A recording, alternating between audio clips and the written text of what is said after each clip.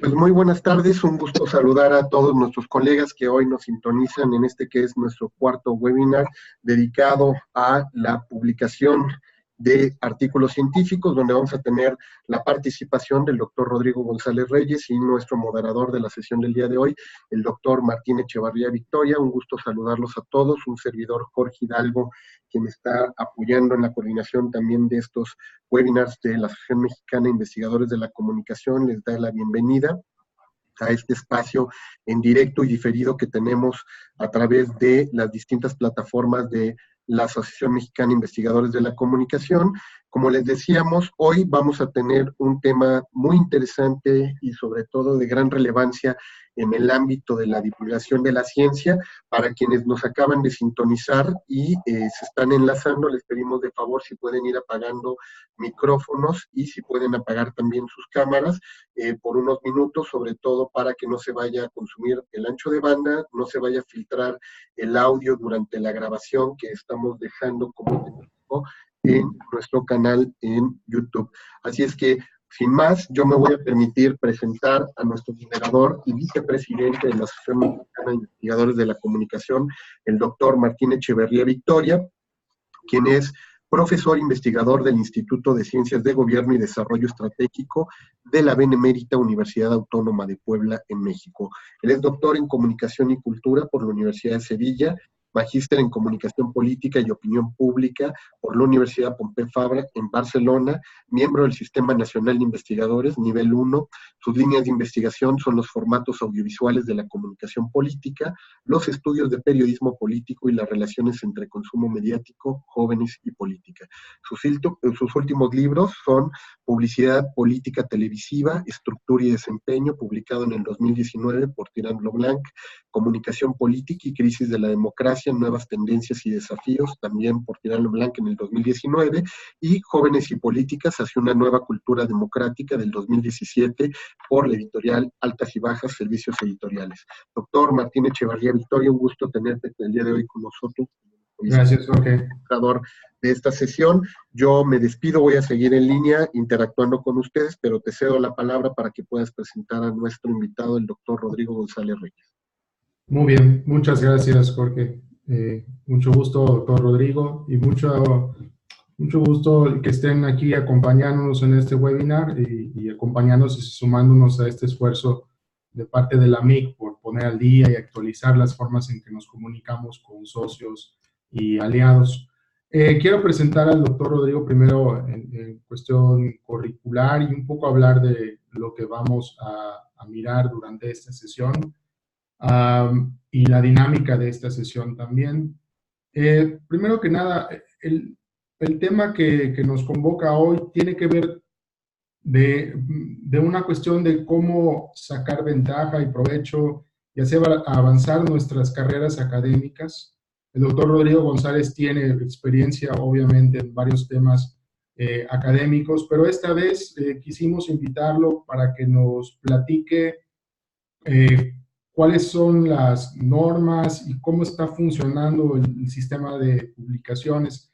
Y esto nos parece importante porque el doctor Rodrigo es nada menos un insider de una de las revistas, bueno, de la revista, a mi juicio, de comunicación más importante de México y una de las más importantes de América Latina, que es Comunicación y Sociedad. Entonces, me parece que es muy importante su punto de vista desde insider, desde adentro de esta revista, y los que nos pueda compartir acerca de cómo nosotros podemos hacer tiros de precisión respecto a dónde vamos a publicar y cómo lo vamos a presentar para poder ser aceptados, en lugar de hacer escopetazos, ¿no? Y poner muchas cosas en muchos sitios que tienen muy poca visibilidad. Entonces, bueno, me permito presentar primero al doctor. Voy a poner la presentación. Creo que es esto.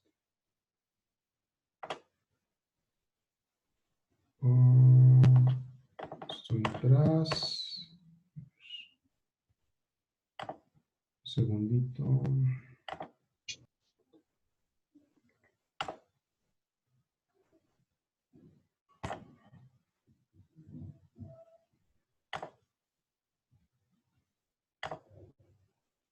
Muy bien. Ok.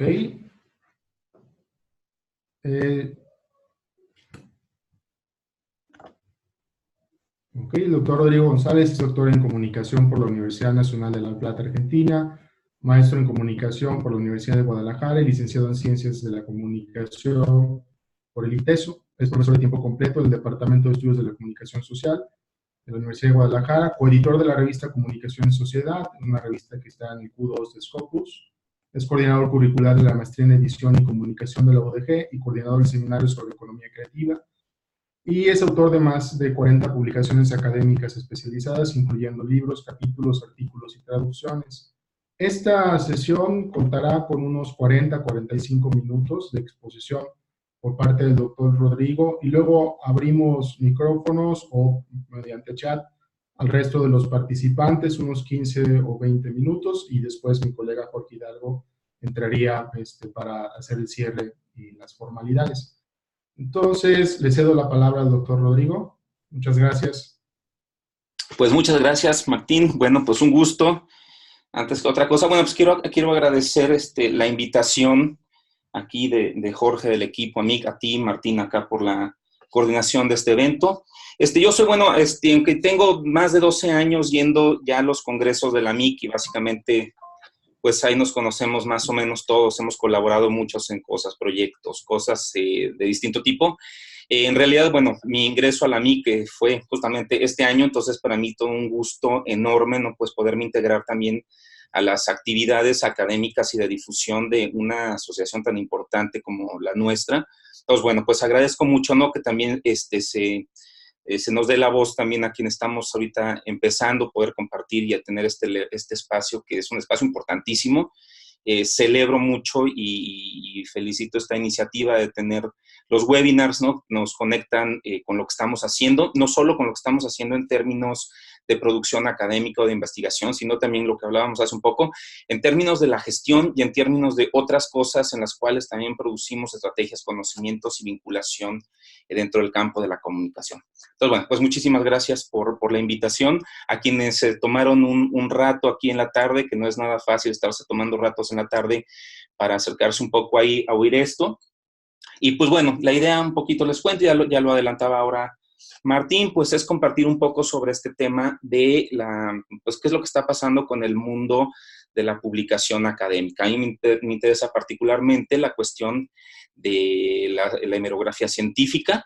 Esto en gran parte, como lo decían tanto como Jorge como Martín, bueno, me ha tocado por cuestiones del destino, un poco porque me toca cuestiones gestivas, pero también porque me he dedicado a estudiar cosas del tipo editorial. He estado muy cercano a cuestiones de trabajo con revistas, ¿no? Entonces, bueno, a mí yo lo que quería compartir sobre todo, les decía más que no solo quería focalizarme en el trabajo que hemos venido haciendo, ¿no? hace un buen rato en comunicación en sociedad, que en esto también tiene un papel sobre todo importantísimo la doctora Gabriela Gómez y Cristina Gallo, quienes han venido haciendo probablemente el empuje de esta revista. Yo me subí como a ese barco como editor adjunto. Pero digamos que el trabajo con otras revistas y el trabajo a lo largo del tiempo en el ámbito de la hemerografía científica, pues es algo que generalmente no solemos ver, ¿no? Lo tomamos como autores, todos los que estamos por aquí, todas las que andan, todos los que estamos trabajando en el campo académico, pues producimos, ¿no? Producimos, somos autores, autoreamos. Entonces, algo que me parecía muy interesante era el poder compartir justamente el dónde están las tripas, y las tripas históricas. No estoy hablando también de que en términos de publicación, de cómo venimos publicando, las cosas han cambiado mucho en los últimos, básicamente, unos 6, 7 años. Y esto tiene que ver con los principios de indización. Entonces, bueno, voy a compartirles ahorita mi presentación. Voy a ponerla desde el escritorio, espero que ahí la puedan ver.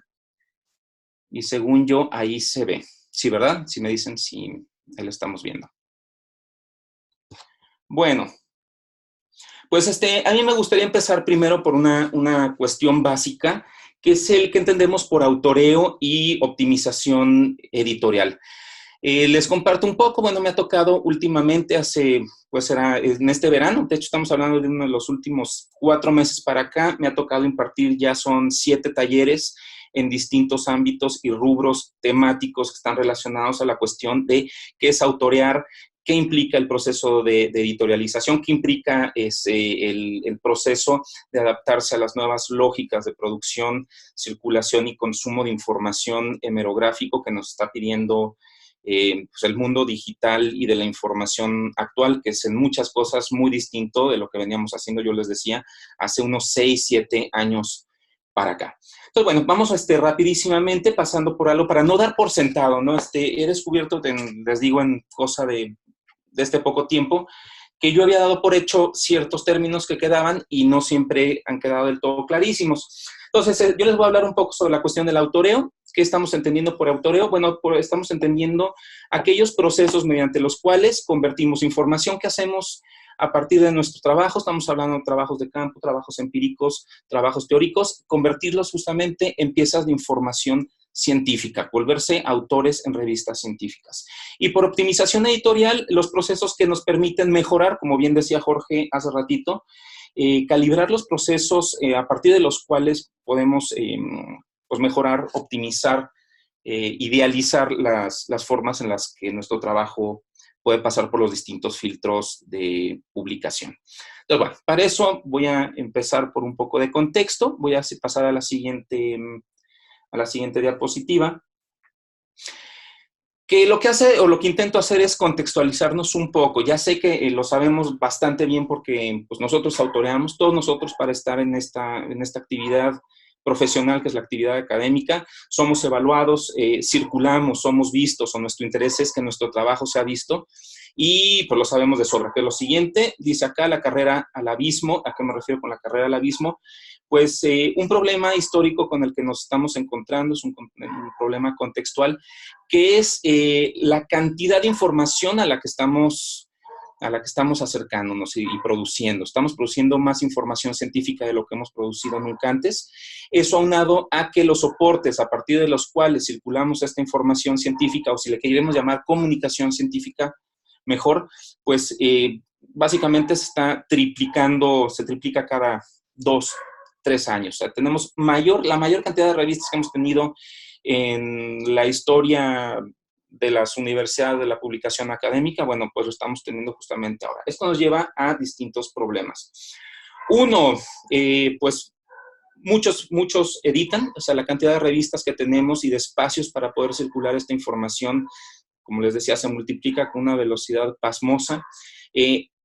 Una otra cuestión que no pasaba antes, ahora básicamente todos los que estamos en el ámbito académico publicamos, tenemos por necesidad, ¿no? A veces incluso, porque hay que decirlo, ¿no? Hay veces que no se tiene todo hecho como para publicar algo, pero mucho de las necesidades de lo que nos piden nuestras instituciones, nuestros sistemas de evaluación y más, es estar publicando, ¿no? Un poco el publish or perish, o publica y muere.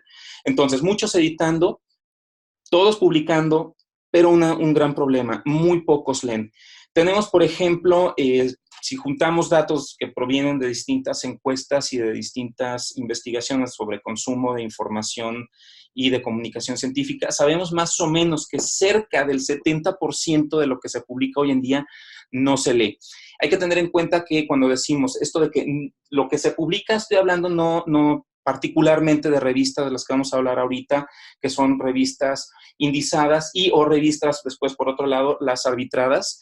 Pero el problema es que hay una cantidad de información enorme que se escribe, se pone a circular, pero en realidad no se lee.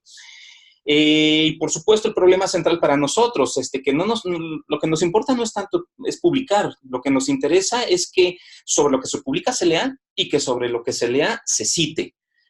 Ahí es donde viene justamente gran parte de la dinámica problemática actual. ¿Cómo hacer para que lo que yo escribo realmente se cite? Es como el hilo negro detrás de toda la cuestión. Por supuesto que no hay exactamente como recetas, me encantaría a mí tenerlas, pero digamos que sí hay una serie de estrategias que comprenden el entender el contexto y el entorno en el cual estamos parados, no solo como académicos vuelvo, sino veámonos como autores. Entonces vamos a lo siguiente, que es poner al centro la cuestión de por qué es diferente esto de 6 años para acá, 7 años para acá. Y bueno, básicamente el problema central es que estamos pasando del papel sea, de la lógica de editar, publicar en papel a pasar a hacerlo digital.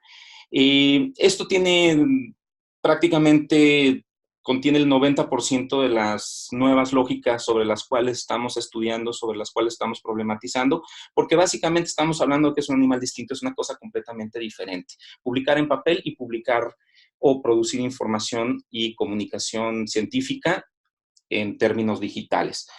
¿Por qué? Bueno, primeramente tenemos acá, aquí me gustaría ponerles o compartirles esta primera lógica, que es sencillamente porque la digitalización produce datos rastreables y sistematizables, mientras que el papel no. Así de sencillo, ¿no?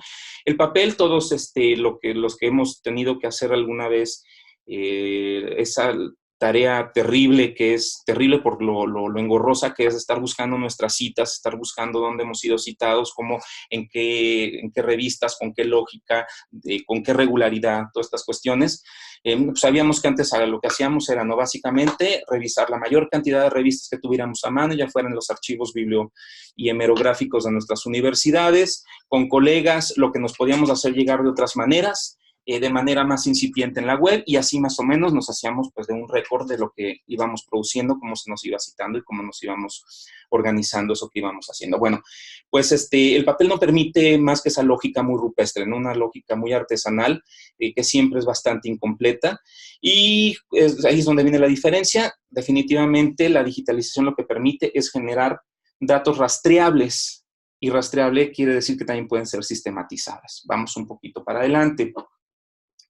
Decía también esto, ¿no? Dice, ¿qué hace diferente al papel de lo digital? ¿Cuál es el papel del papel? Bueno, si lo vemos en términos, todos por acá hacemos comunicación, trabajamos o hemos trabajado en cuestiones relativas a la comunicación, y nos cuesta un poco menos de trabajo entender esto que en otras áreas. De hecho, es algo bastante complicado.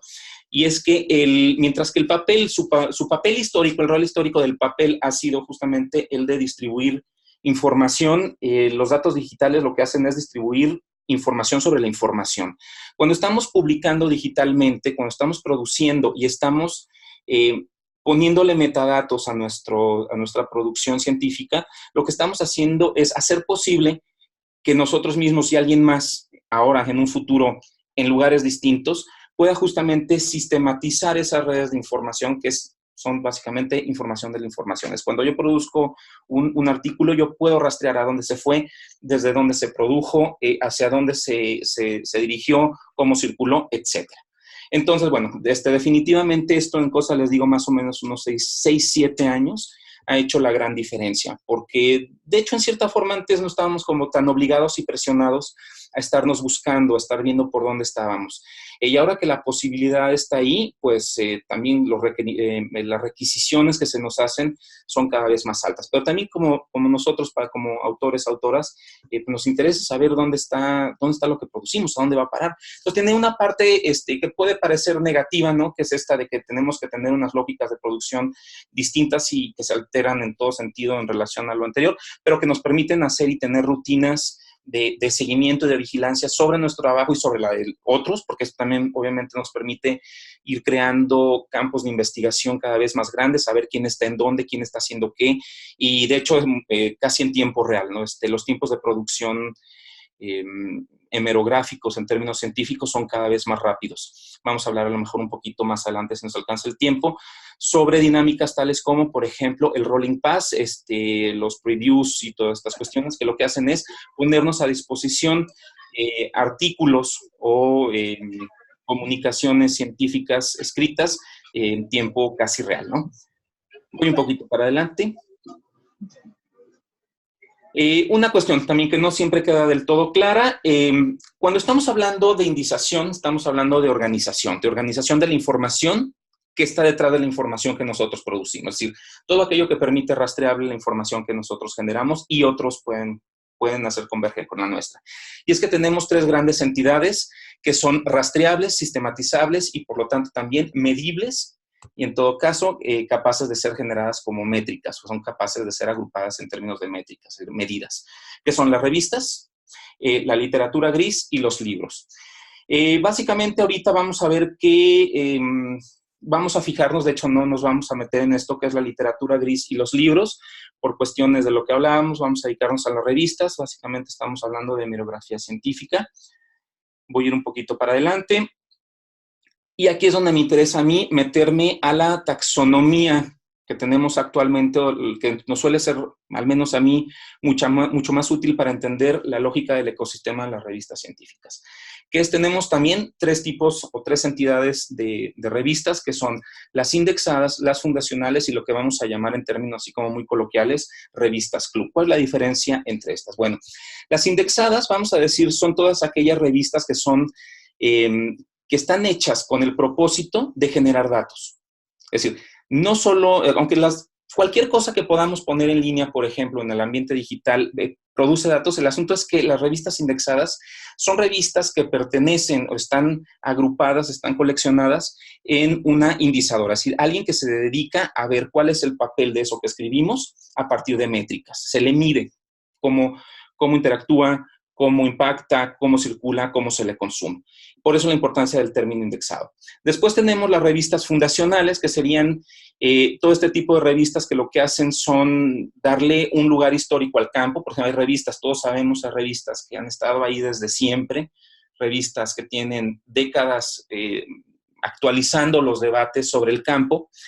¿Quiere decir esto que las revistas fundacionales no pueden ser revistas indexadas? No. En realidad, cualquier revista que pase ciertos parámetros y ciertas lógicas puede estar indexada. El problema es que generalmente las revistas que piden indexación, o que tienen la lógica de ser indexadas, producen la información de manera diferente. Por ejemplo, los aparatos metodológicos son muy importantes para la indexación. O lo que se busca en una revista indexada es que la metodología sea muy clara, que la metodología esté presente y que la metodología sea sea como la parte central de la discusión. Entonces, por ejemplo, las revistas fundacionales se mantienen mucho tiempo como fundacionales y lo agradecemos eso porque lo que tienen son discusiones, por ejemplo, grandes debates, metadiscusiones, discusiones teóricas, epistemológicas, que muchas veces no son exactamente el tipo de evaluaciones que se le dan o que se le piden en una revista indexada. Entonces, bueno, ¿por qué son muy buenas las revistas fundacionales? Básicamente porque nos dejan ver el estado de la cuestión de las discusiones teóricas, por ejemplo. Entonces, bueno, muchas por esta misma característica se mantienen como fundacionales, se mantienen al nivel de generar el debate, de mantener avivado un estado de la cuestión más teórico, mucho más ensayístico. Es más, me gusta, el término sería más bien es ensayístico. Y tenemos las que llamamos, así les digo en términos como muy coloquiales, revistas de club. ¿Qué son las revistas de club? Son básicamente las revistas que se hacen para que instituciones cerradas o grupos de investigación o que no les interesa realmente pasar a las indizaciones o que no tienen el carácter histórico de revistas fundacionales, son revistas que lo que hacen es más bien como poner a disposición de sus lectores las cosas internas que se hacen. Que si es mejor, que si es peor, hay toda una discusión en términos de que si no está indexado no es bueno. A ver, no es bueno en términos de evaluación, porque no podemos muchas veces rastrearlas, es difícil saber por dónde van, a dónde vienen, pero digamos que a fin de cuentas las tres son entidades que son particularmente, son necesarias dentro del ecosistema hemerográfico, pero bueno, para tener como una especie de clasificación. Voy a pasarle aquí un poquito más adelante, que dice el asunto de la indexación. Bien, ¿qué entendemos por indexación? Justamente, yo sé que la mayoría de nosotros sabemos de qué hablamos cuando hablamos de indexación.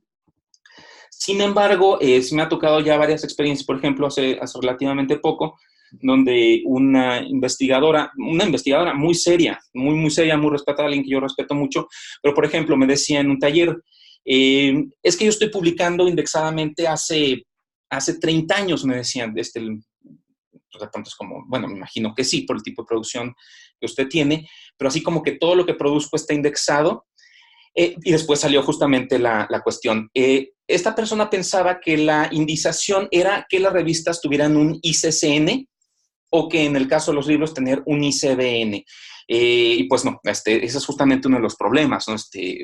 Las evaluaciones en este caso no se dan a partir de los ICBNs. El ICBN es un registro, ¿no? Es el acta de nacimiento digamos que tiene lo que le da un lugar histórico en los catálogos biblio y hemerométricos a la producción, pero eso no quiere decir que esté indexado. Bueno, ¿qué quiere decir indexado entonces para no irnos a meter a más cosas? Indexar o indizar básicamente son sinónimos, se pueden utilizar de la misma manera. No quiere decir otra cosa que, como la raíz latina lo dice, generar índices.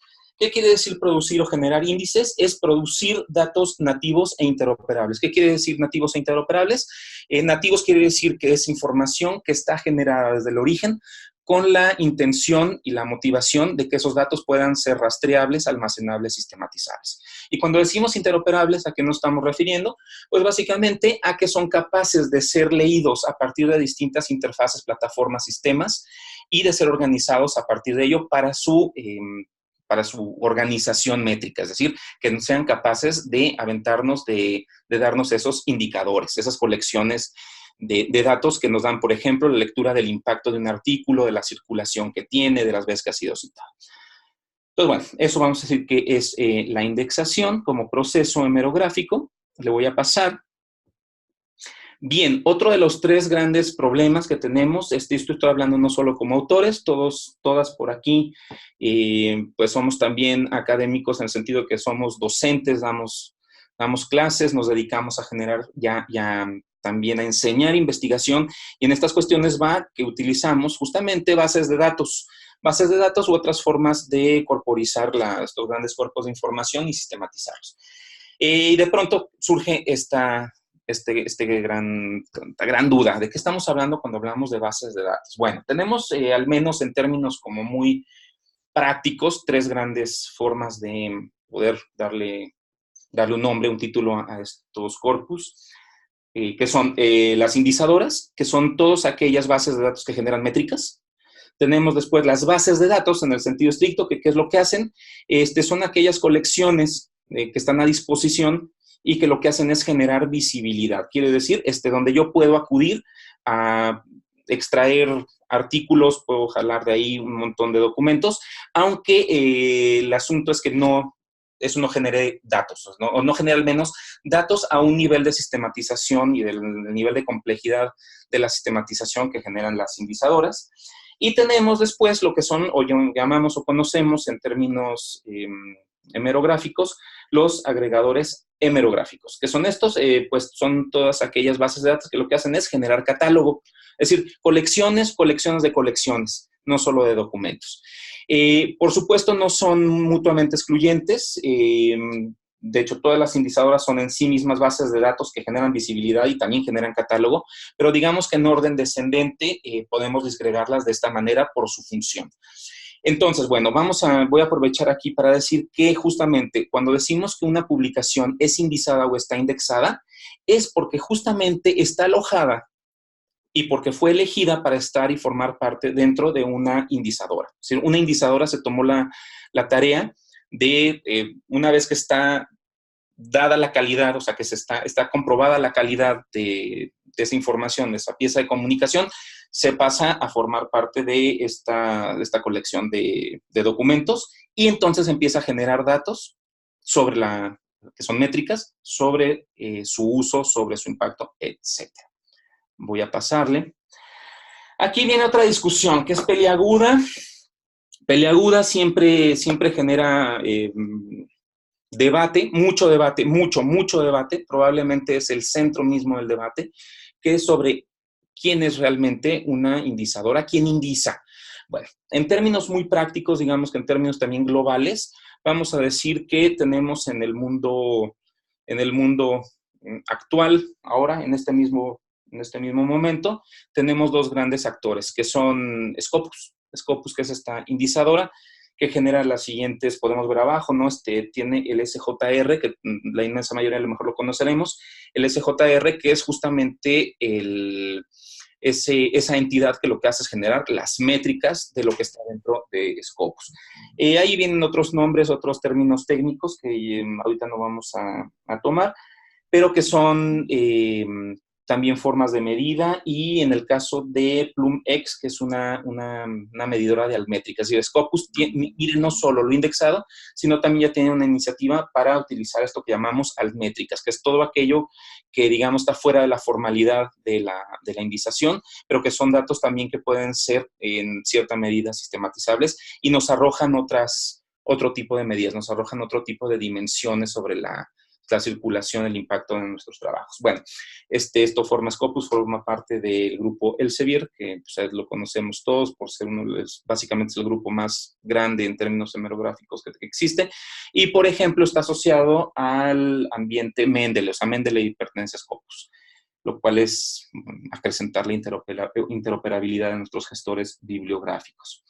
El otro tenemos acá, que es Web of Science, ¿no? El famosísimo WOS, WOS, que ahora acaba de pasar a formar parte de la colección de Clarivate, este otro gran corporativo enorme que se dedica a la gestión de la información. Mientras que podemos decir que en términos latinoamericanos tenemos a Latindex y Cielo, básicamente. Que también generan métricas, son métricas también muy importantes y son métricas que también podemos utilizar para muchísimas cosas, más allá de la tarea misma de rastrear información hemerográfica en línea y demás. Bueno, voy a pasar a otra. Aquí está, estoy aquí. Tenemos también otras 4 entidades. En términos hemerométricos, no solo se mide una revista, no solo se mide un artículo, sino que son 4 entidades. Hasta ahorita podemos clasificar 4 grandes entidades, que son la institución, es decir, quién produce una revista y quién produce, en qué universidad produce esa revista, la revista por sí misma, el artículo y el autor. Esto es bien importante saberlo, ¿por qué? Porque cuando nos metemos a la lógica ya cienciométrica y hemerométrica, que es básicamente la cuestión de ir sabiendo cómo se distribuye el conocimiento científicamente generado y después las colecciones a partir de las cuales, o los formatos de comunicación a partir de los cuales circula esta información científica, pues tenemos métricas para las 4 entidades. Sí, entonces, y no siempre son métricas que se mantengan de manera homóloga. Es decir, a lo mejor una revista puede estar muy bien posicionada en cierto ámbito, en cierto momento y en cierto espacio, pero no todos los artículos de ahí lo van a hacer. Ni todos los artículos en relación a todos los autores, ni todos los autores en relación a las instituciones. Entonces, bueno, como a fin de cuentas la cuestión hemerométrica es una cuestión cienciométrica, lo que nos interesa a fin de cuentas es ver hacia dónde se va el conocimiento que producimos y que circulamos, cómo se consume y a dónde va a parar. Bueno, pues es tan importante saber cómo las instituciones juegan un papel en la producción de colecciones y ahí la relación que guardan sus autores o los autores que ahí escriben con las piezas particulares que son los artículos. Vamos un poquito para adelante. Bien, una de las grandes preguntas, si no es que es la gran pregunta que nos hacemos todos los autores, estoy hablando como autor, ¿no? También que me preocupo mucho por qué es lo que estoy haciendo y dónde lo estoy haciendo, y que ¿existe un estándar en la evaluación a partir de métricas? Y la respuesta es no. No, realmente no hay un estándar. Hay más bien un puño histórico de propuestas. ¿Qué quiere decir un puño histórico de propuestas? Bueno, propuestas de medición y de metrización de la información que producimos, pero que cambian con el tiempo o han ido cambiando o coexistiendo, hibridándose a lo largo del tiempo. Unas han salido, otras han entrado. Unas en un momento histórico tienen de pronto una visibilidad más importante que otras. Y en esto va, pues, incluso también el cómo se nos mide a nosotros desde nuestros consejos de ciencia. Estoy pensando en CONICET, Colciencias, el CONACYT en México, en los distintos países de Latinoamérica, el cómo se nos mide como académicos y como científicos. Bueno, pues es a partir de estos distintos estándares que van cambiando. Por eso es importantísimo saber pues el valor que tiene el cambio en las formas en las que tanto indizadoras como organismos pues revisores nos están evaluando. Le voy a cambiar a esto. Dice por acá, haciendo una especie también de seguimiento a lo que decíamos, ¿es posible evaluar toda la producción impacto? La respuesta es, como se pueden ir imaginando también, es no, aunque pues definitivamente es el gran ideal. pero ahorita, todavía hasta ahora, es imposible evaluar toda la producción de impacto de una persona. Al menos estoy hablando de personas que venimos produciendo cosas en términos no nativos. Es decir, todos aquellos que hemos venido escribiendo en papel, que hemos venido haciendo otras cosas que no son exactamente revistas. Bueno, pues evaluar toda la producción es algo que es todavía imposible. ¿Por qué? Porque hay muchas cosas que nunca se digitalizaron, hay cosas que nunca pasaron procesos de colección, hay cosas por el estilo que, bueno, eso es una de las grandes tareas cuando se trata de ver el impacto y seguir la rutina de producción de alguien que no somos nosotros mismos, ¿no? Aquí quiero hacer un énfasis en los dos grandes términos que tengo abajo, que son, dice, métricas de indexación y almétricas. ¿Qué entendemos por métricas de indexación? Bueno, entendemos básicamente eso que se han llamado los factores de impacto, es decir, qué tanto un artículo, una persona, un autor es citado, en dónde, todo esto, y que decíamos es sistematizable e interoperable, mientras que tenemos esto que llamamos altmétricas. ¿Qué son las altmétricas? Bueno, las altmétricas serían todos aquellos conjuntos de datos que no se generan directamente de manera nativa. Por ejemplo, vamos poniendo el ejemplo, si nosotros, por ejemplo, en este caso, ¿no? Estamos ahorita en un webinar, estamos produciendo conocimiento, estamos circulando conocimiento, estamos haciendo intercambios de ideas y de información, pero eso es muy probable que no quede en ningún proceso de indexación.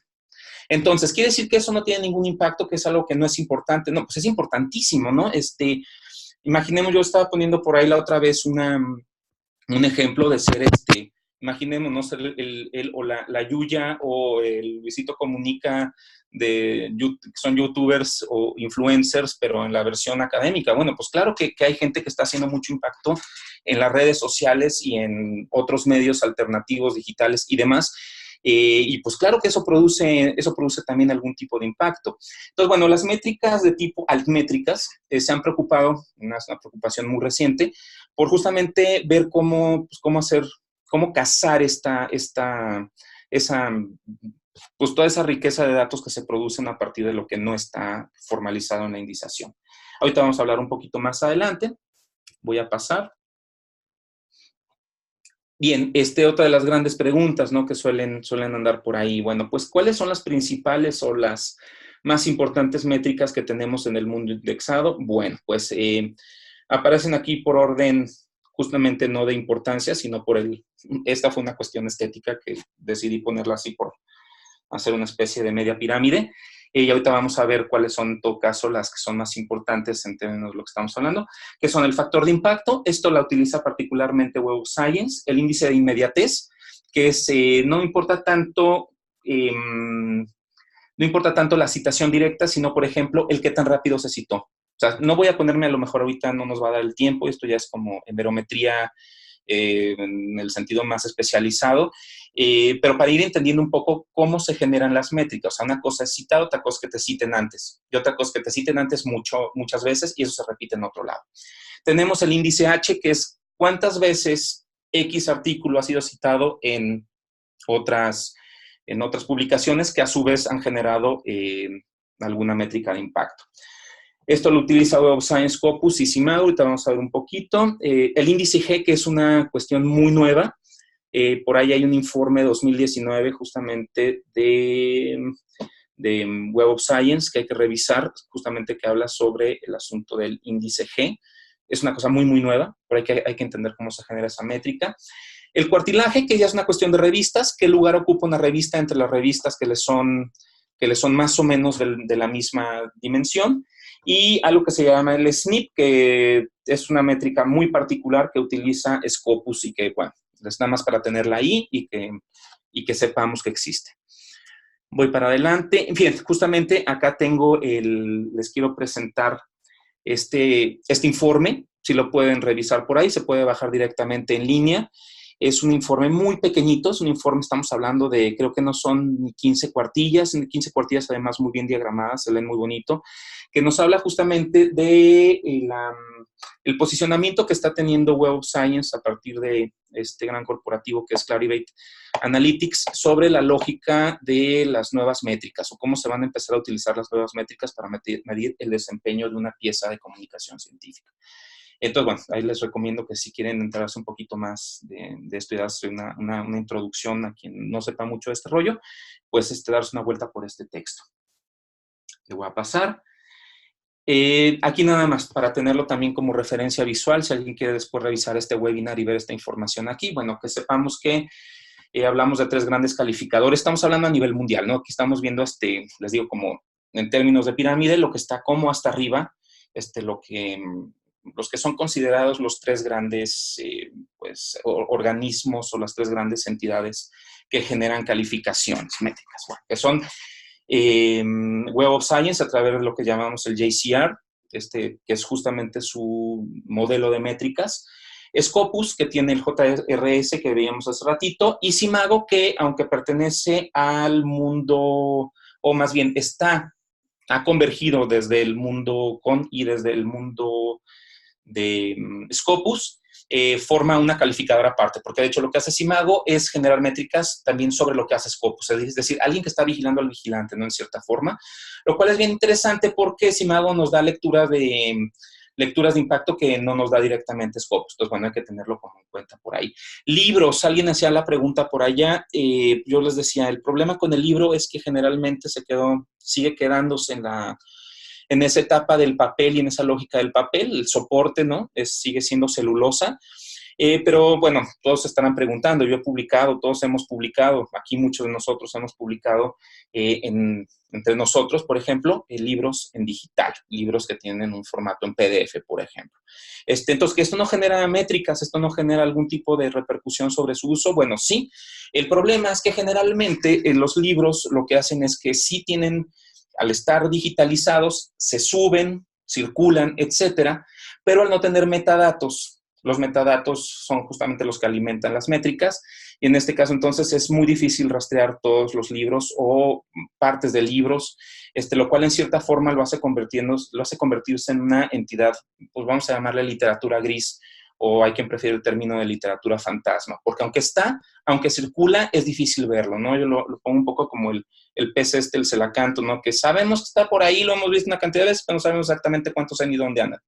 Bueno, es un poco la lógica. Igual, si a alguien le interesa darse una vuelta porque está haciendo estados de la cuestión, porque está llevando cuestiones sobre construcción de investigación documental, cosas por el estilo, bueno, tenemos dos principales actores, porque no son calificados en realidad, sino más bien como visibilizadores de las búsquedas y rastreos bibliométricos, no hemerométricos, que es el Publisher Scholar Metrics, y esto que se llama el SPI, que es el Scholarly Publishers Indicator in Humanities and Social Sciences. Son sitios, ustedes los pueden revisar con ese nombre y directamente los va a llevar para allá. Bueno, voy a pasarle.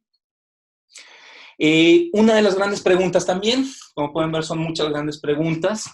¿Cómo sabe un indizador, un organismo indizador, dónde y cuáles son citas mías? Bueno, primero estamos como muy en la lógica de, claro, voy a hacer una recopilación de mis citas, pero ¿y cómo puedo estar yo segura de que realmente esa indizadora está dándome las métricas sobre lo que yo realmente hice? Bueno, pues la pregunta dice acá, la pregunta del millón para bibliómetras, cienciómetras y autores, y es no lo sabe con certeza. Al indexador, aunque por más que tenga procesos optimizados y muy automatizados de rastreo y de colección de datos, en realidad mucha de la chamba es nuestra. Aquí es donde empezamos con cuestiones estratégicas para autores. Quiero saber realmente si, por ejemplo, mi índice H, ¿no? Este indicador llamado el índice H, quiero que suba. Realmente estoy teniendo ahí todas mis métricas, o sea, todo lo que he escrito en términos indizados está ahí. Bueno, pues aquí va un poquito la lógica de cómo. Dice, no sabemos cuál, no sabe el indizadora, y dice, porque además cada modelo ciencio y hemerométrico opera con indicadores y estrategias distintas.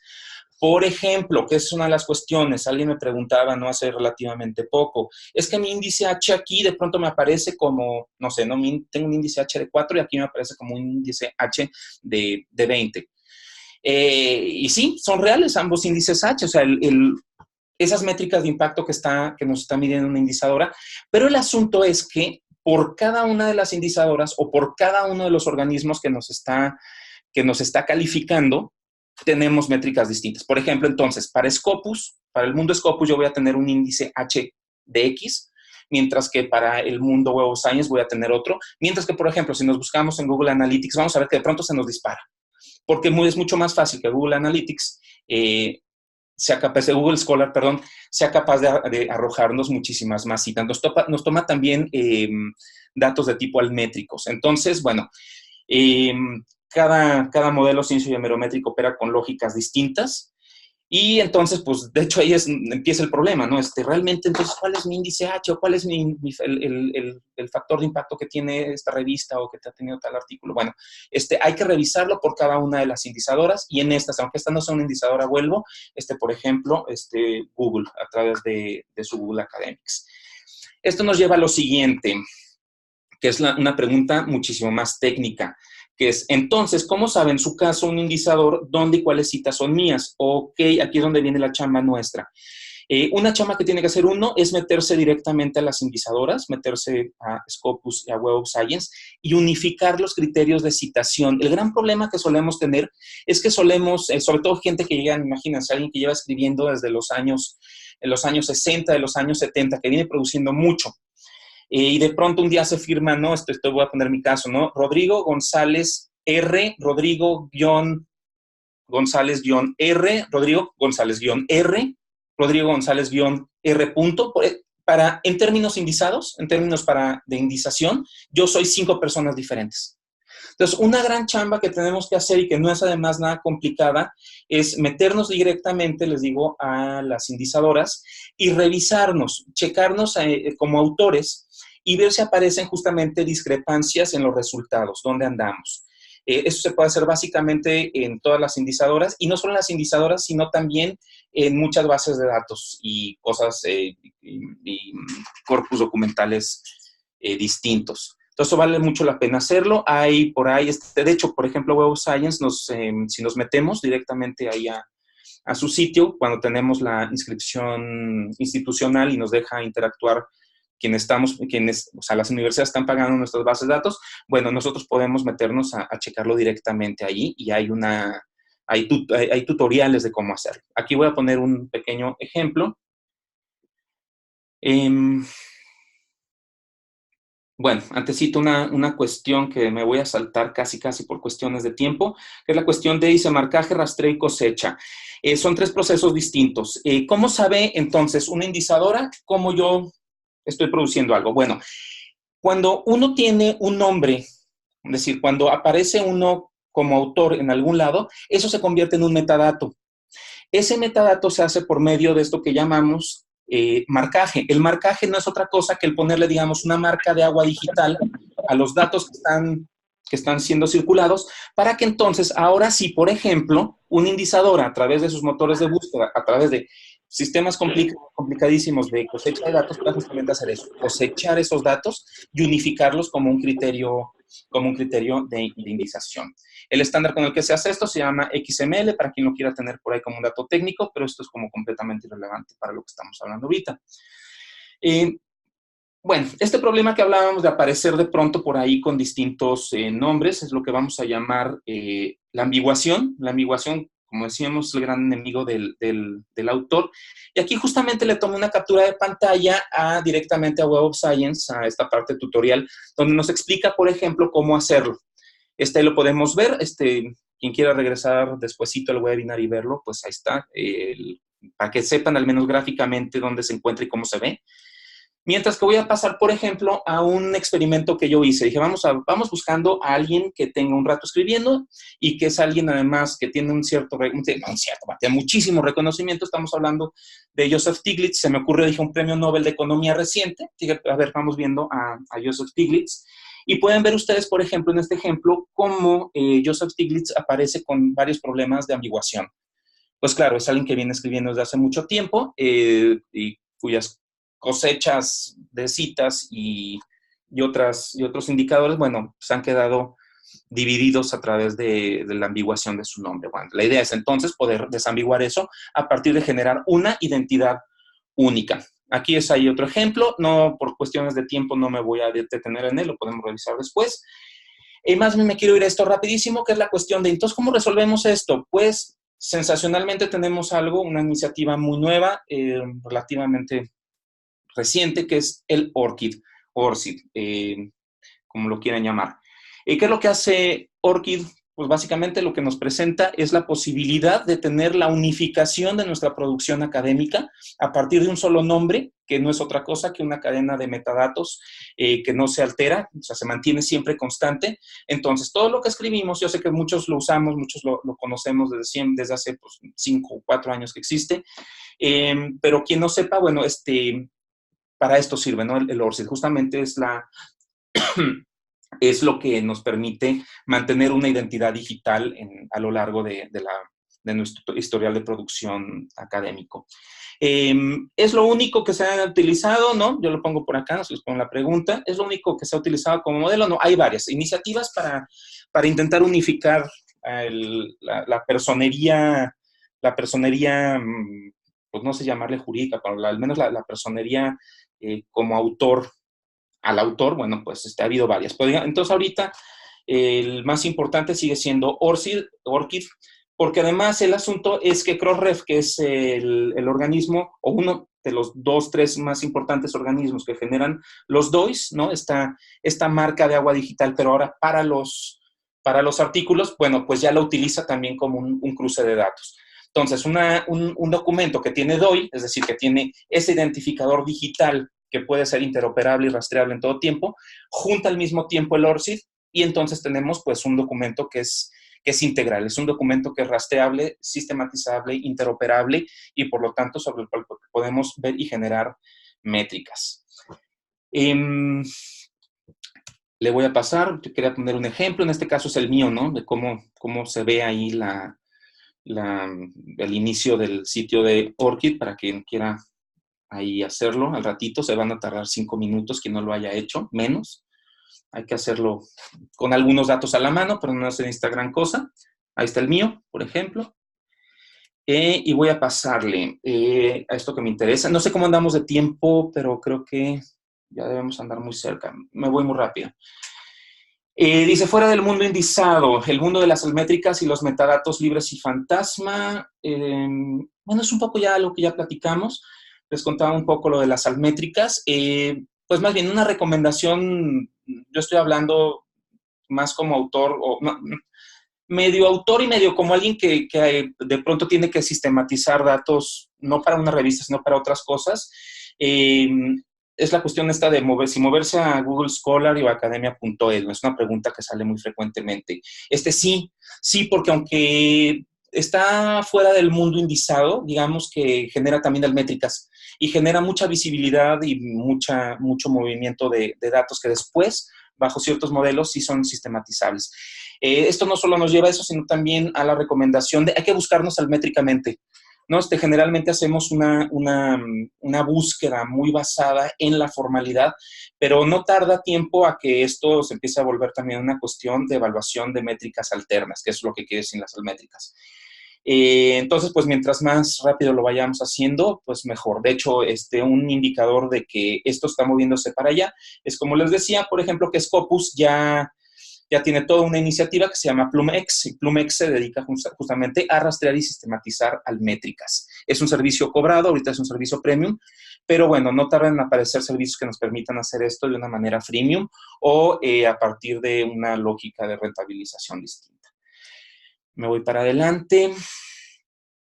Me lo voy a saltar. Esto nada más les quería poner, por ejemplo, cuáles son los 4, en este caso ahorita, hoy, actualmente, cuáles son los 4, digamos, sitios, entidades, organismos que se dedican, que tienen un buen modelo de rastreo almétrico. Son estas 4 que tenemos acá: almetrics.com, Plus ALM, PluxM y Impact Story, por si a alguien me interesa. Cuestiones ahora sí como de autores. La endogamia, el gran enemigo natural, ¿no? Por ahí alguien preguntaba si había mucho problema sobre, o sea, ¿qué tanto podría llegar a indizarse un artículo, una revista en la que se está escribiendo o en las que se está escribiendo cuando, por ejemplo, son los miembros del mismo equipo de investigación, los miembros de la misma universidad, los miembros de los dos distintos cuerpos académicos con los que se viene escribiendo toda la vida y se hacen las distintas publicaciones en conjunto? Bueno, pues el gran asunto es que la indización, por definición, aborrece la endogamia. Sabemos que esto es una cuestión muy relativa porque, pues básicamente producimos con quienes producimos porque tiene la lógica de que estamos haciendo cosas similares o porque estamos retroalimentando nuestro trabajo. Pero digamos que para la lógica de la indización actual, la cienciometría es un indicador negativo, la endogamia. Entonces, en términos de lo que se pueda, pues hay que diversificar también la forma en la cual escribimos, con quiénes escribimos, dónde escribimos, y estar haciendo ese intercambio. En este caso también, no solo es una cuestión de revistas, esto también aplica para libros y otras entidades documentales, que a lo mejor ahorita no tienen el peso que tienen las revistas o los artículos, pero que en la lógica del avance de esto que estamos viendo, al rato los libros, también los capítulos, cuando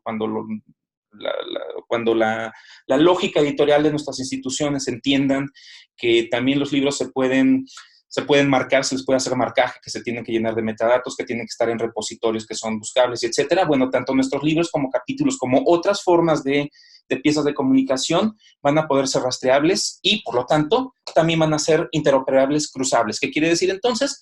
Que se vea diferencia, ¿no? Que rompamos la endogamia en el sentido de cómo estamos interactuando con los otros y con los espacios en los cuales producimos conocimiento. Voy un poquito para adelante, creo que estamos por acabar. La cuestión de otra cuestión muy importante para que nuestros artículos y nuestras piezas de comunicación sean muchísimo más rastreables, todo lo que hagamos en términos de descriptores, de keywords, ¿no? Palabras clave, por ejemplo, o de términos conceptuales a lo largo del texto que son importantes, usémoslos a partir de uso de tesauros, ontologías y lenguajes controlados. ¿Qué quiere decir esto? Lenguajes normalizados o, de alguna manera, son controles que lo que permiten es la desambiguación de conceptos. Vamos pensando, ¿no? Voy a escribir un artículo sobre movilidad de automóviles y de pronto pongo coche o pongo carro o pongo como un descriptor. El asunto es que no siempre equivale a un término al otro y que hay términos que están de alguna manera homologados en los campos. Ahora la cuestión de los tesauros y las ontologías son más un esfuerzo que una realidad.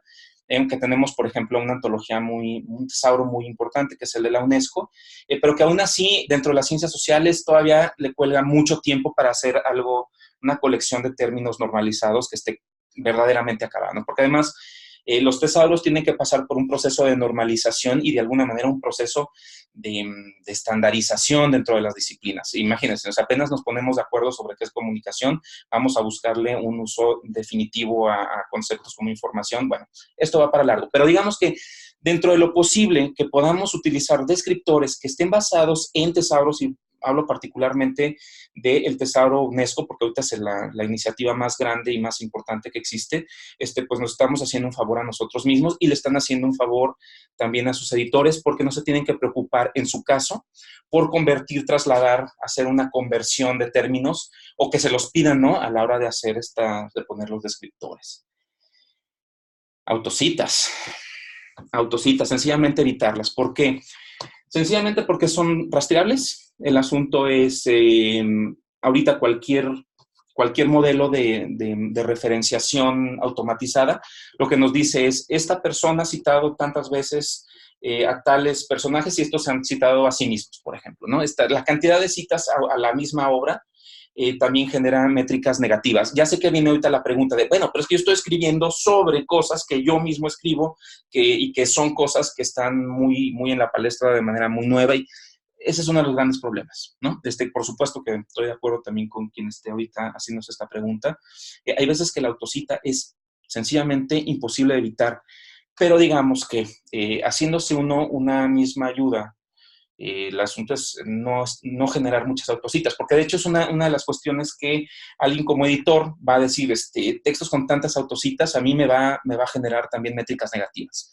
Entonces viene la cuestión de, mira, si pudieras aquí quitar, si pudieras aquí hacer, evitémonos un poco ese problema, ¿no? Veamos la forma siempre hay forma de darle un poco la vuelta cuando queremos referirnos a trabajos que son sustanciales, que no son propios, por ejemplo, ¿no? Que es básicamente el caso. Y esto creo que ya es lo último.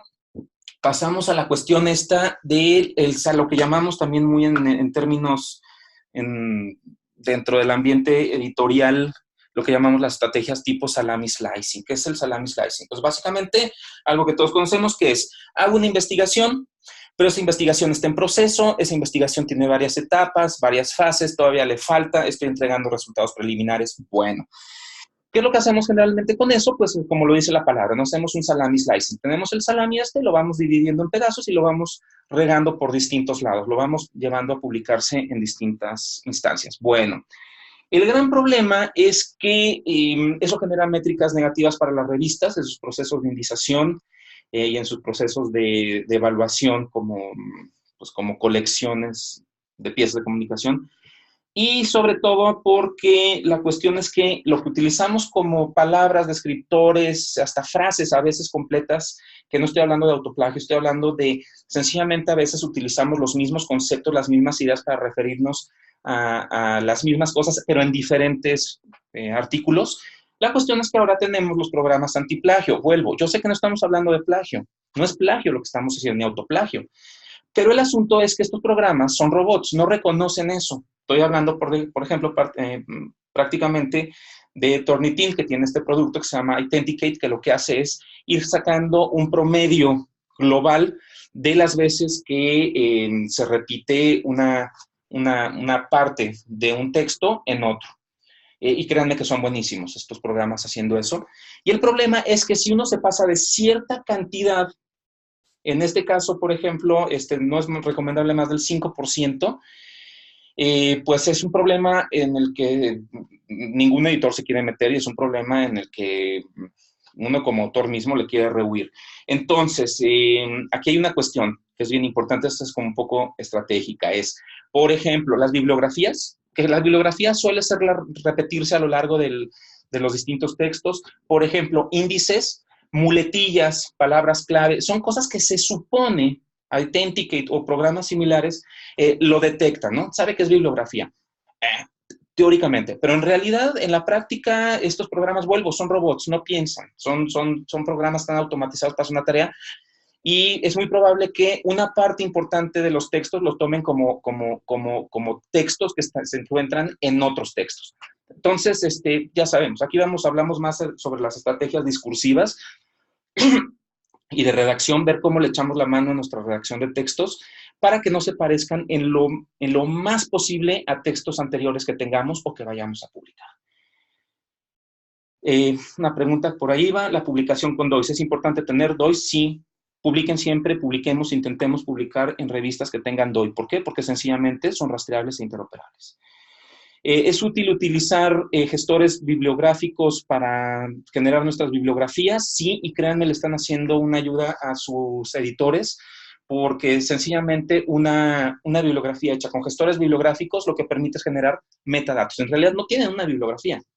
Lo que está viendo la máquina, lo que están viendo los sistemas son metadatos sobre lo que nosotros le llamamos bibliografía. Entonces, básicamente lo que está haciendo uno es estar sirviéndole en bandeja de plata a los sistemas, los procesos de metadataje y los procesos de organización de esa información. Entonces, sí, genial.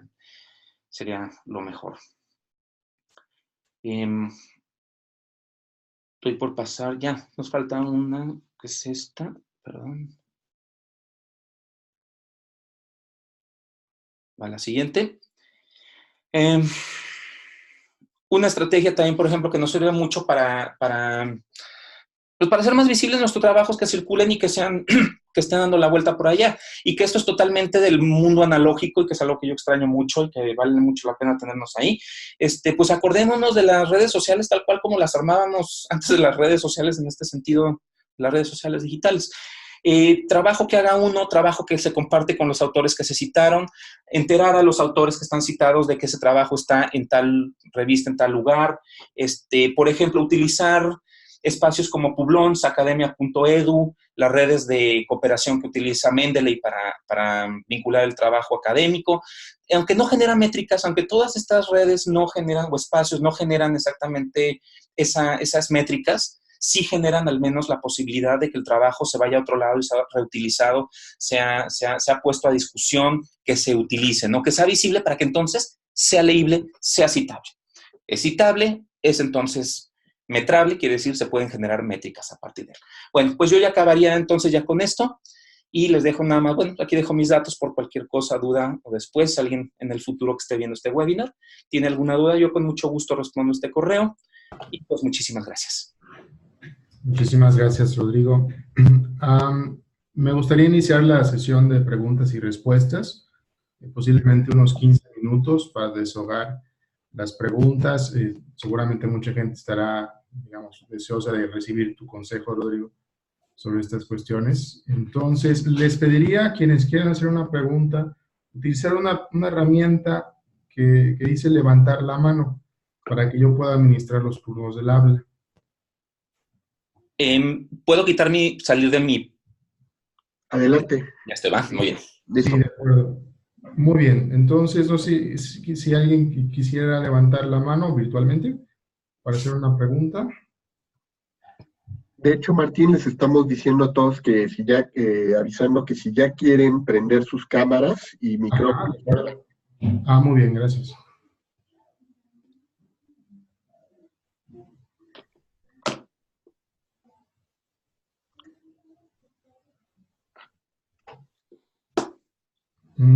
Sofía tiene una pregunta. Si quieres, Sofía, aunque no encuentres la herramienta, puedes ya tomar el micrófono.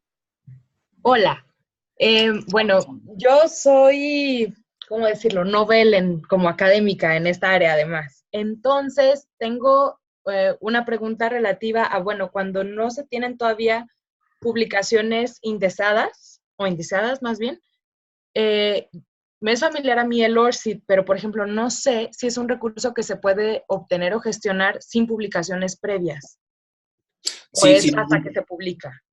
Sí, Sofía, sin ningún problema, tú lo puedes, de hecho, no es una de las cuestiones muy útiles de un ORCID cuando uno está empezando su vida académica de producción, es justamente sacarlo antes de empezar a producir. Exacto. Y por ahí decíamos, no sé, por ejemplo, el asunto es no solo para publicar en revistas, hay que, el ORCID póntelo en todo, ¿no?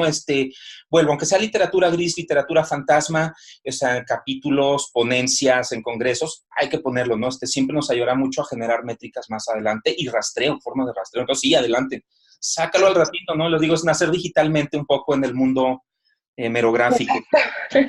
Mi segunda pregunta era, aunque es otra área, me imagino que no es una publicación muy familiar acá, pero PubMed tuvo o tiene activo, de hecho, hace como una semana estuve revisando esa cuestión por el proyecto que ellos tienen de Author ID Project. Hablaban de PubMed Author ID, pero la última actualización que está allá es del 2014 y no sé si está activo, si lo incorporaron, si eso existe, cómo se obtiene, y me preguntaba si tal vez, como estás hablando un poco de eso, tal vez sabes algo. Ok, mira, sí sigue activo, sí sigue, de hecho es muy, se utiliza bastante y se utiliza también mucho de lo que anteriormente hizo PubMed. ¿Cuál es el problema también? Y para nosotros particularmente de ciencias sociales, o al menos lo estamos en las ciencias sociales, no en términos de frontera, entendido como cuando estamos, por ejemplo, trabajando con biólogos, etcétera. La cuestión es que PubMed está como muy pensada justamente para las ciencias muy, voy a utilizar el término, muy duras, y sobre todo particularmente en cuestiones de medicina, ¿no? Ahí sí hay cultura del... Para nosotros, en realidad, lo más importante es que pueda ser rastreable, rastreable e interoperable, y en este caso, pues definitivamente ahí el ORCID le gana en términos históricos a todo lo que te pueda dar cualquier otro. Por ahí alguien de hecho preguntaba, ¿no? ¿Valdría la pena sacarse todas las formas de desambiguación digital que existen? yo diría que con quedarse con el ORCID. ¿Por qué? Porque si no también, imaginemos que empiezas a aparecer también, empiezas a autorear en distintas modalidades que después a lo mejor en la automatización no son reconocibles. Entonces, yo soy más, mira, hay quien te va a decir, gente a lo mejor más de sistemas, o por otro lado te va a decir, es que a lo mejor sí vale la pena que saques todas estas, ¿no? Yo diría que aquí concisión es ganancia. Mientras más visibles seamos que somos una sola persona a través de una misma entidad, un mismo conjunto de disposiciones, es muchísimo más fácil para todos, y estoy incluyendo en esto al estilo Latour, a las máquinas que tienen su propia forma de trabajo, ¿no? Entonces, esa es mi opinión, vuelvo, es la opinión de Rodrigo González, no la de un cienciómetra, un etcétera, ¿no? Perfecto. Muy bien, gracias. No, ¿de qué? Quisiera retomar una pregunta, ahí no tiene nombre, pero el correo electrónico gbebi pregunta si son igualmente recomendables academia.edu y ResearchGate. No, de hecho tienen características muy distintas, pero también son en cierta forma convergentes, y esa también es una pregunta que suele salir por ahí. Hay a quien alguien me decía hace relativamente poco, es que ¿sabes qué? Después de que vimos todo esto, voy a borrar mis perfiles de academia.edu y de ResearchGate. No, al revés, por la lógica de las métricas y por la lógica de la circulación. Digamos que aunque no va a generar esto, decíamos, ¿no? Métricas indexadas, el asunto es que sí nos va a generar, formas de vincularnos con otros que nos pueden hacer en términos muy tradicionales, pues el favor, la chamba esta que buscamos mucho de que seamos leídos y después seamos citados para que nuestro trabajo sirva para algo, porque además entre ellos no son, digamos que uno no le quita al otro, ¿no? Son compatibles en términos de que no te van a competir como autora. Entonces, pero el único problema que tenemos en general con este tipo de redes es que una vez que uno las abre, no las vuelve a alimentar. Esto es un poco como abrirse una cuenta de Facebook, de Instagram, de Twitter y estar más o menos activo, o sea, y lo que se vaya actualizando se va actualizando en todos lados.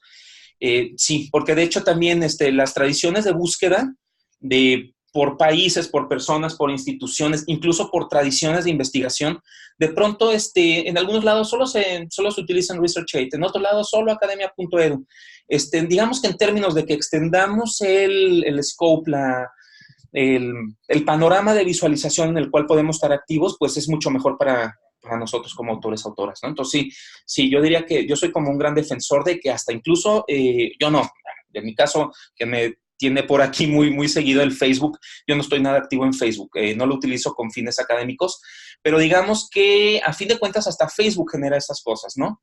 Entonces sí, definitivamente esas redes sociales, porque son más que otras cosas son redes sociales, yo diría que sí, nada más mantenerlos bajo la condición de mantenerlos siempre actualizados, dándoles mantenimiento. De acuerdo. Muy bien. Y retomo una pregunta de la doctora Patricia Andrade. Dice, Patti, si los capítulos del libro y los libros tienen el mismo impacto, aún subiéndolo a Academia ResearchGate. Ok, esta es una pregunta bien interesante y bien importante. No, en realidad no. Como decíamos, no, los libros y los capítulos que están contenidos dentro de esta entidad llamada libro, las vamos a clasificar, al menos ahorita, como esto que llamamos literatura fantasma. No exactamente literatura gris, pero sí literatura fantasma. ¿Por qué? El gran problema cuando producimos un libro o producimos capítulos dentro de libros es que generalmente no vienen con metadatos, no se les marca, no se les hace el proceso de marcaje, no es ponerle esa información detrás de la información. En todo caso, incluso aunque se llegara a marcar un texto de este tipo, el problema es en dónde los encuentra. Es decir, tenemos los datos, pero ¿quién va a encontrar esos datos? Generalmente esos datos los vamos a acabar encontrando en la web libre, por ejemplo. Se van a convertir más en información altmétrica que en indexaciones. Y esto tiene que ver mucho con los repositorios. Si el libro tiene toda la cantidad y la calidad de los marcajes que se necesitan, pero no están en un repositorio que pueda ser rastreable, buscable, almacenable, pues en realidad estamos volviendo otra vez al mar de información, estamos volviendo a la infoxicación, ¿no? La cantidad de datos que arrojamos todos los días a la red. En términos de evaluaciones, por ejemplo, cuando estoy hablando de evaluaciones, estoy imaginando las instituciones que nos evalúan a nosotros como académicos, como investigadores. Estoy pensando en el CONACYT en México, vuelvo al CONICET en Chile, etcétera. Bueno, ahí habría que buscar la lógica de cada país. También por lo que he hablado y platicamos con muchos colegas, cada país tiene una lógica distinta a partir de la cual se hace la evaluación. Y en ese caso, me imagino que puede ir la pregunta de si tiene el mismo valor. Si hablamos en términos meramente cienciométricos y hemerométricos, no. No, o sea, porque no son, en este caso son revistas. Lo que indexa son revistas y por eso mucho la insistencia de seguir publicando en revistas y hacer de la revista, bueno, no hacerlo porque ella lo decidió así, el mundo lo decidió así, ya la revista es la reina de la sistematización de datos. Si alguien es en el mundo digital como autor, lo es a través de revistas, no tanto por libros o por capítulos. ¿Tenemos que dejar de escribirlos? No. Escribamos todo lo que tengamos que escribir, pero siempre con la conciencia de que no se va a convertir, al menos ahorita y no históricamente, en un indicador o en un factor de impacto de algún tipo de aquí a un plazo, ¿no? Muy bien, Gracias.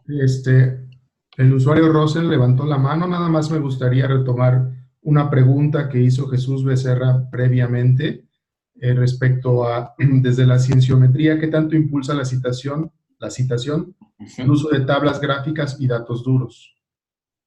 Ok, eso también, claro, eso también se vuelve es una entidad biblio y ciencio y hemerométrica. Ahí el asunto, fíjense, es una pregunta bien interesante. Claro que todas las tablas y figuras son proclives a convertirse justamente en elementos datificables, lo podemos convertir en métricas. ¿Cuál es la única cuestión que hay que tener mucho en cuenta?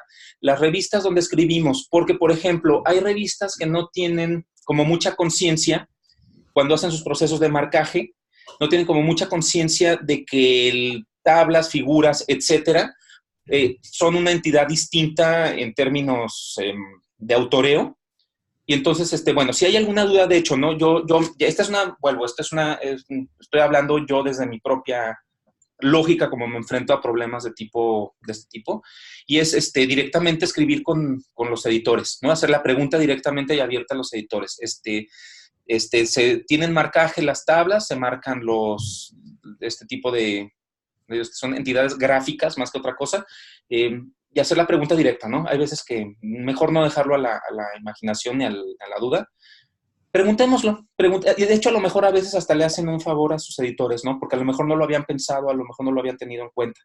O la persona, a veces no es el editor el que hace el marcaje, a veces generalmente lo hacen terceros.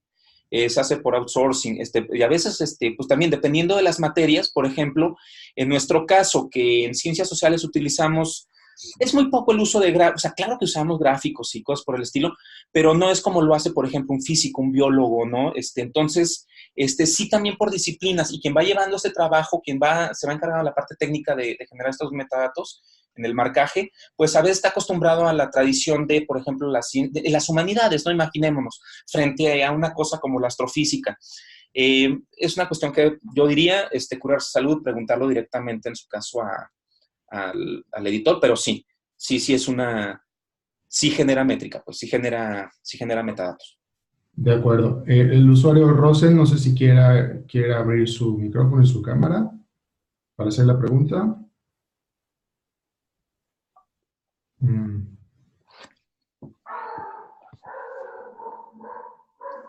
Está abierto el micrófono, me parece, ¿no?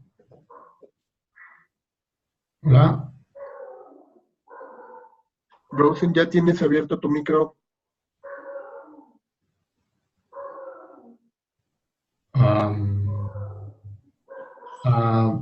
Si quieren, en lo que regresa, podemos mirar la duda. Ahí tiene una pregunta. Alberto, no sé si quieres abrir tu micrófono. Sí, ¿me escuchan? Sí. Hola. Sí.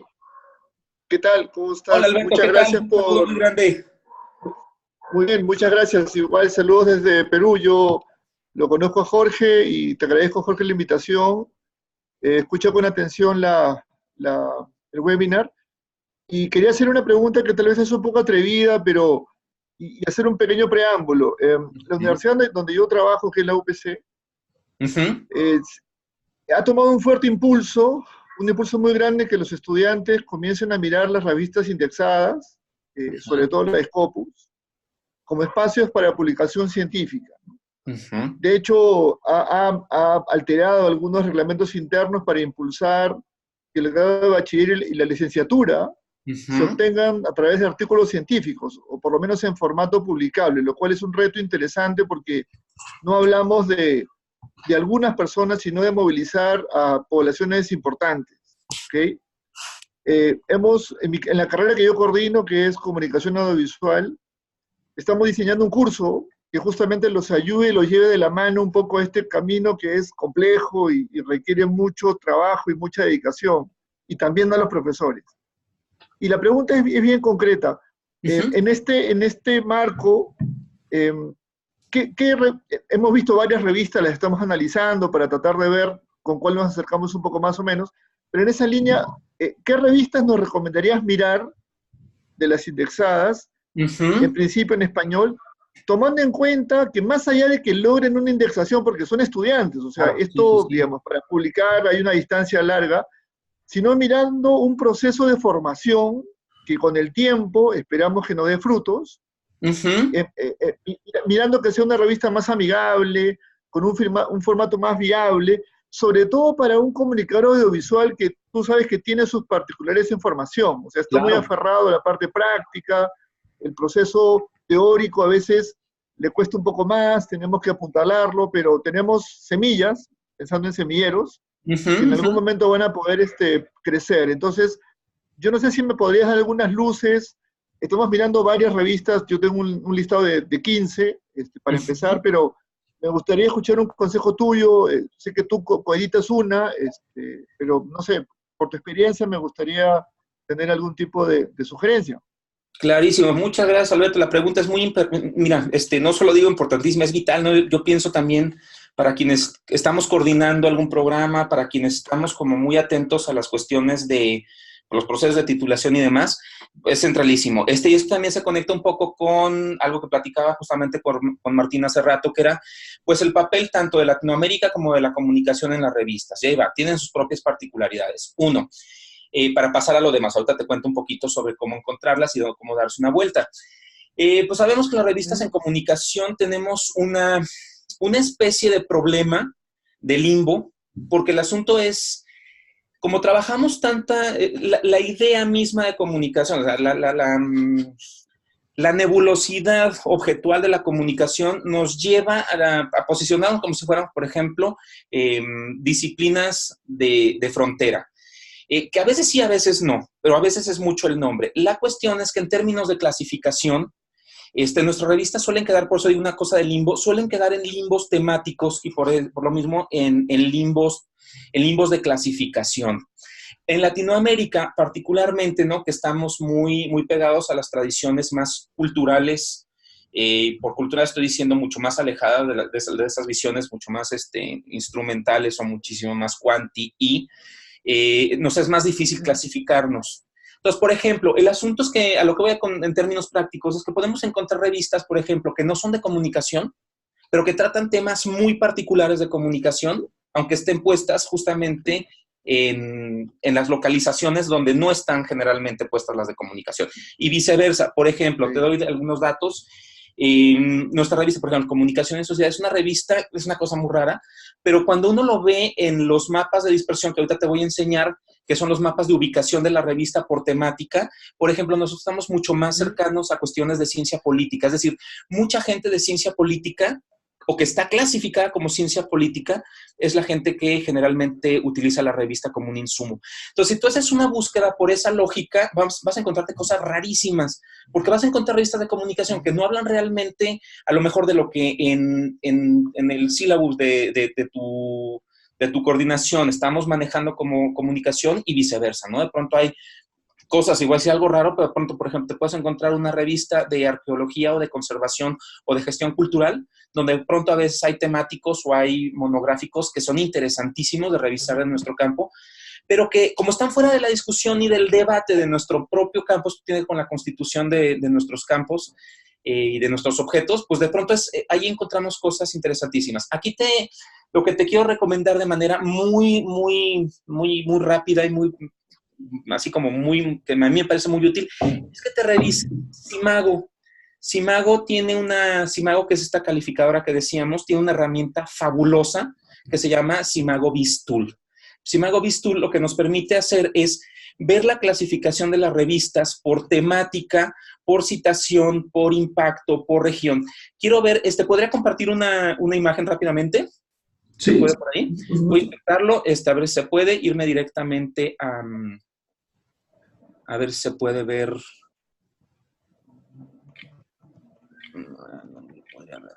Es que no quiero correr el riesgo de hacer algo que nos desconecte o demás.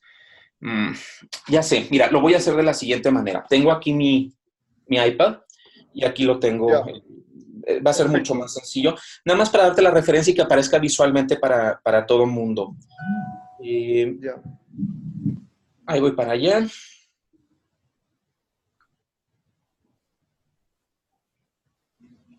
Y voy.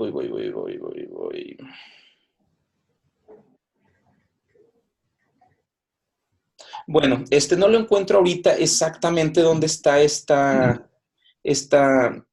cosa que te quería enseñar.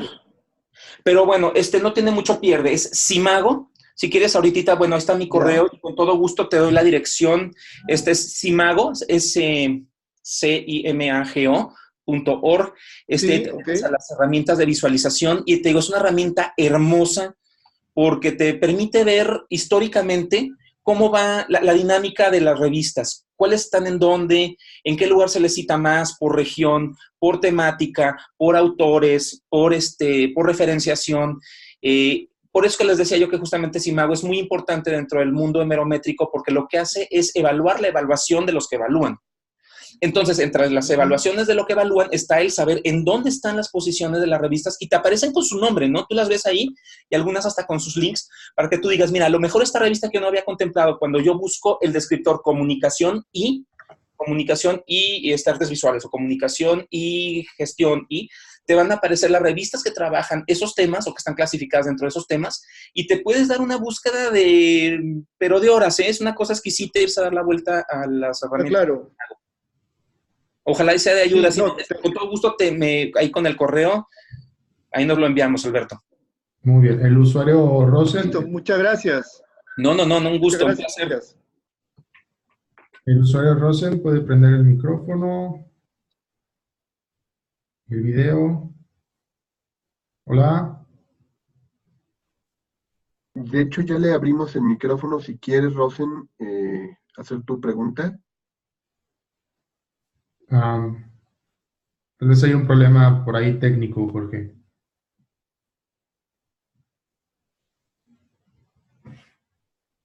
Jorge, estás muteado. Cierto. Te digo, Rosen nos está poniendo ahorita que en el chat que va a escribirlo porque no sale el audio. De acuerdo. Perfecto. Tengo una pregunta. ¿Me ven a mí ahorita o están viendo mi pantalla? No, te vemos perfecto. Perfecto.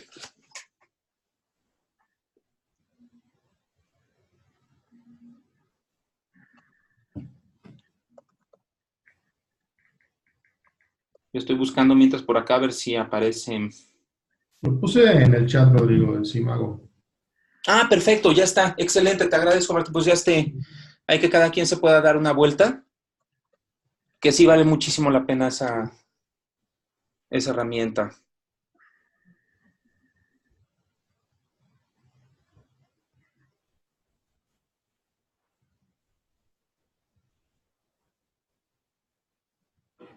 Bueno, no. De hecho, más bien nos decía Rosen que en parte ya se contestó con lo de Simago, pero también preguntar sobre recomendaciones para publicar. Si hay alguna en particular que quieras enfatizar. Esto es así como la del millón, ¿no? La pregunta.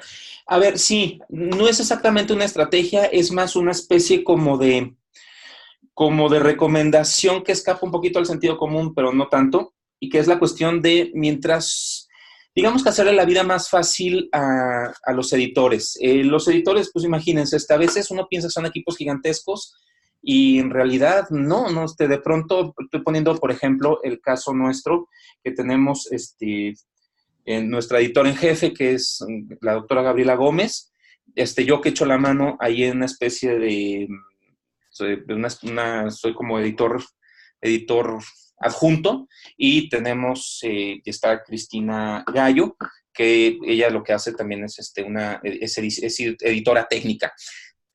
A veces, ¿no? Así, 3 pelados haciendo toda una revista, y el asunto es, los procesos son enormes, ¿no? Como cuando autores nos quejamos de que nuestros textos no salen y que se tardan muchísimo, es porque el proceso editorial es enorme, ¿no? Y no hablo solo de esta revista, hablo de muchísimas en las que me ha tocado estar o trabajar o hacer. Y el asunto es, mientras más tiempo le podamos recortar al proceso editorial, o sea, mientras más chamba le podemos quitar a los editores, estamos haciéndonos, de hecho, a veces una tercera parte de la tarea. Por ejemplo, el asunto de, eso es importantísimo, siempre los requisitos que pedimos, ¿no? APA, que venga todo en APA. Si podemos, ya lo vamos a poner en APA, que entonces venga, hagámoslo a través de un gestor bibliográfico, Zotero, Mendeley, EndNote, preferentemente. Palabras claves, ¿no? De una vez decir directamente, estas palabras claves vienen directamente de un tesauro, de un vocabulario controlado. Pues eso, ¿no? Esas son las cosas que le quitan muchísimo más tiempo a los editores. Las revisiones, las revisiones, las correcciones de las revisiones. Por ejemplo, cuando hay rastros de autoría, ¿no? Eso a veces se nos va. Como son revisiones anónimas, pues los textos te queden clarísimamente, que sean claramente anónimos, ¿no? Que no haya ninguna forma de reconocer al autor, a la autora. Ahí se pierde muchísimo tiempo. Pues eso, ¿no? Básicamente todo lo demás, porque en realidad todo lo demás ya son procesos que vienen de otro lado. Las indizadoras evalúan a las revistas están en función de sus dictaminadores, o sea, la cátedra de dictaminadores son los que justamente le dan la calidad a la revista. Entonces, realmente el paso importante es hacer que lo que escribamos pase directamente a dictamen. ¿Cómo hacer eso? Que el trabajo sea impecable, ¿no? A veces nos da, lo sabemos todos como autores, aquí estamos escribiendo 5 o 6 artículos al mismo tiempo, bailamos en 3 pistas, damos un seminario, estamos aquí, estamos allá, pero digamos que ya sí tenemos como pensado que la revista y que los artículos en la revista son como el centro de la circulación actualmente, pues echarle mucha atención, a lo mejor escribir menos, pero con mucha calidad a la hora de hacer los envíos. Esa es mi muy propia perspectiva práctica sobre eso, porque además de lo que ya hemos platicado, pues les decía, pues sí, no, ¿qué les puedo decir? Escoger, por ejemplo, revistas con publicación en espejo, o sea, quiere decir en inglés y en español. ¿Por qué? Porque una revista que te publica en inglés y en español son 2 entidades distintas en términos de citación. Por ejemplo, es una de las cosas importantes. ¿Qué más puede ser, por ejemplo? Y que sea, por ejemplo, revistas en inglés, no tanto en otro idioma. Porque el asunto es, básicamente, el inglés es el centro, ¿no? Por ahí lo decía Renato Ortiz hace ya un rato, ¿no? La cuestión del inglés como lengua franca, no siempre justa y a veces muy colonialista en relación a lo que producimos en otros lados, pero el inglés es el inglés, ¿no? Preferir, por ejemplo, revistas que trabajen con bibliografía tipo APA. Yo sé que en términos teóricos no hay problema, ¿no?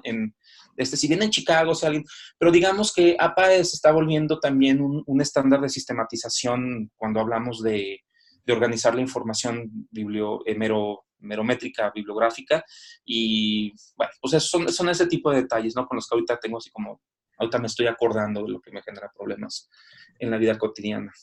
Muy bien, Rodrigo. Pues muchas gracias, ya vamos a cerrar esta sesión. Jorge, ¿hay un reconocimiento, correcto?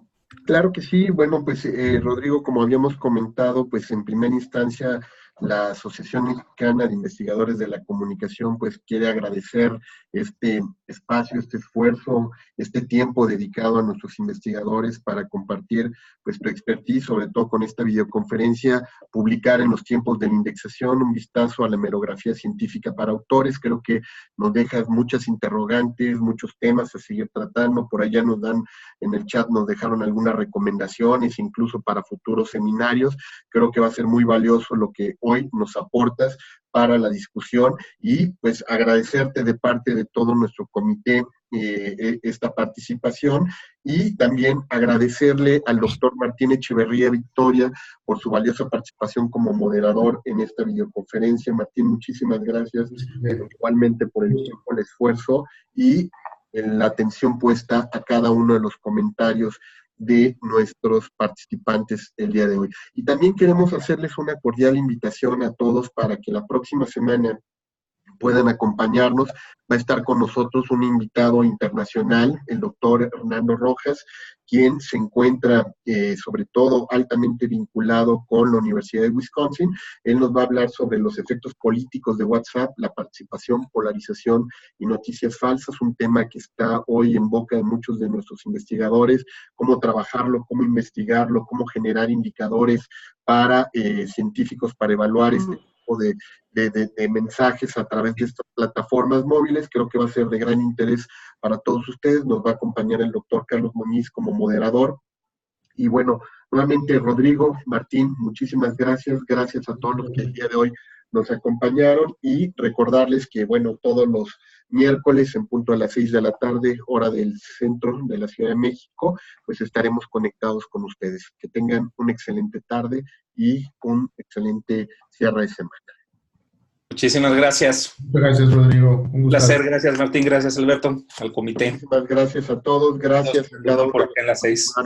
Con nosotros. Felicitaciones. Te mandan, Rodrigo, desde Zacatecas, Lima, varios de nuestros colegas de Perú. Alberto, por ahí te dejarán los datos. Nosotros estaremos también salvando el chat para que después lo podamos compartir con ustedes. Muchísimas gracias. Muchas gracias. Estamos cerrando nuestra sesión. Muchas gracias. Hasta luego. Hasta luego a todos.